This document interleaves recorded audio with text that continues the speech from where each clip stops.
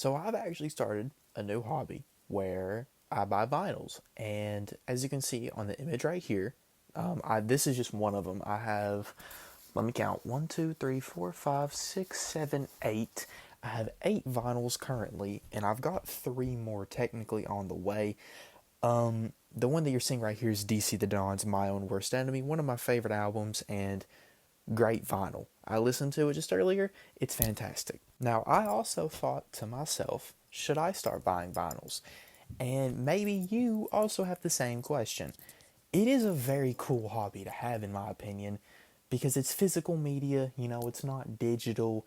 If Spotify were to crash one day, or if we just lost the ability to listen to albums online one day, I'd still be able to listen to Utopia. you know? I think that's so cool. I think that's a cool ability to slap on a disc, and it almost gives a nostalgia feeling, even though I've never had to worry about buying like digital media in my life, which is crazy. A crazy thing to say, but I haven't. I love the albums I have, especially with awesome covers. I would recommend that. If you whenever you're starting out, do not buy. I mean, I shouldn't be saying that like I'm a veteran vinyl buyer, but I'm not buying a vinyl unless I love the album, because what's the point of me having the vinyl? You know, like all my vinyls currently are either like birthday slash Christmas gifts, or they are albums that I heavily, heavily enjoy, and that's why I purchased them. My newest one that I just got in, um, I actually do have the green mixtape Pluto cover, and if you listen in my review, I think when I dropped the review, I was like it was on the way, and I talked about how I wanted the red one. I've seen people with the red one, and they're extremely lucky. You know, it's an awesome way to have a song in physical form. It Plain out. It's fantastic. Physical media is a dying art, so it's really cool having my own pieces. Not every vinyl has it, but a lot of newer albums will have more artwork inside, like covers and like I don't know the technical name for it. And also a lot of them, like I was talking about the mixtape Pluto one. I know Big Sean's new album recently had a bunch of different covers. They have multiple different album covers that you can purchase. So if you don't necessarily like one cover, you can get the other one. Utopia, for example. I got the wrong cover, but I took me a minute to get it, so I wasn't going to complain, and I just wanted the album in general, and it was on a discount code, so I wasn't too mad about it. I really didn't care. I just wanted the album. But that was one that you can get like 5 different covers for. I don't know how many are of the Big Sean record, but there are usually on newer albums. Sometimes you can get like a new vinyl might have a like the new version, or the other version might even have a bonus song plus a better cover. You never know. Megan Thee Stallion's new album had a few different covers, I'm pretty sure. But a lot of newer albums, and a lot of them are bundled with merch. That was a big problem with like back when Billboard used to include like they you to get like a digital album release bundled in with merch, and it would include like as an album sale. That's not how it works anymore. I'm pretty sure it has to be like a vinyl or a CD now. So, but you still get merch bundled in, which I mean, for the right price, that's a whole T-shirt. I know the days before rodeo vinyls, you could get them with T-shirts if you wanted. My mixtape Pluto vinyl came with a T-shirt, and it looks dope. I really, really like it.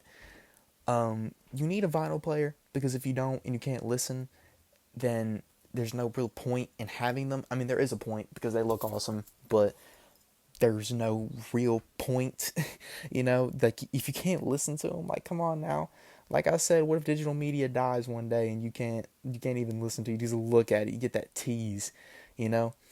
The only real problem, vinyls aren't cheap, especially if you want to buy alt covers as well, like if you want every single cover of an album, or if you want like a rare album. I know I wanted to get the First Culture for Migos, and I wanted to buy all 3 of them. I only have 2, which by the way, two's awesome, but I only have like the Culture 2, not 2 albums.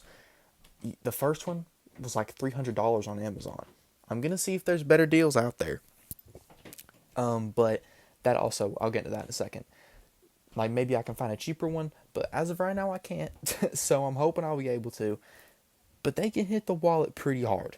So be prepared. They're a solid $40 a pop, which might not sound like it's too much, but whenever you start realizing how many albums you like and how many albums you might want, and they start adding together, and then eventually you've spent $200 on a few vinyls. Yeah, that can hit pretty hard. And plus shipping prices, if you get them on like the day they release, it could like go up to 50 or 60, stuff like that. If you get merch bundled in, they could up the price a little bit if you get a deluxe version, stuff like that. If you get older vinyls too, then it could be more rare and really, really cost you, like I said with the Culture album, and also be careful where you're getting vinyls from. It might seem like a stupid thing, like to like have to worry about purchasing, but it's like shoes. Like if you get your Jordans from the wrong place, they might come back fake. Not necessarily, I mean, that is something to worry about, that they'll be bootlegs, but I purchased two vinyls from Merch Bar, and I knew one of them was going to take a long time because it was a pre-order. The new Blast album, I still haven't got it, but like the vinyls haven't released yet, so that's why it's taking so long. I'm supposed to get it in December, I believe, which is a little scary because it was October before that, so I'm hoping I get it soon. But, anyway, and I purchased them at the beginning of August, and it was September until I realized, I was like, Merch Bar must not be a good place, so I had to contact them, get refunds, and then repurchase them, which wasn't a long task or anything, but if I never would have noticed, I would have wasted like $60 of my own money just because I seen that they were on discount on Merch Bar, So don't fall for that. Make sure you're getting vinyls from a good place. Make sure they're legit too. Amazon is not going to sell you fake vinyls, I don't think. Discogs, I've heard, is a good one. There's another one I have on my phone. Let me see if I can find it real quick. There's Discogs. There is, I must have deleted it. There are other like vinyl mobile apps though, and they're not hard to find or anything like that. I know a lot of people do use Discogs. I don't personally, because I don't know, I don't take the hobby seriously enough to do that. But if there's a vinyl that I do think I could find for cheaper, then don't for sure I'm gonna do it. You know what I'm saying? But anyway, if you're thinking if you should start doing it, I think you should. If you're in kind of a steady financial situation where here and there purchasing a $40 vinyl isn't going to hurt your wallet, no, why not? If you have a vinyl player, especially, why not? Now, vinyl players can be expensive, so definitely watch out for that.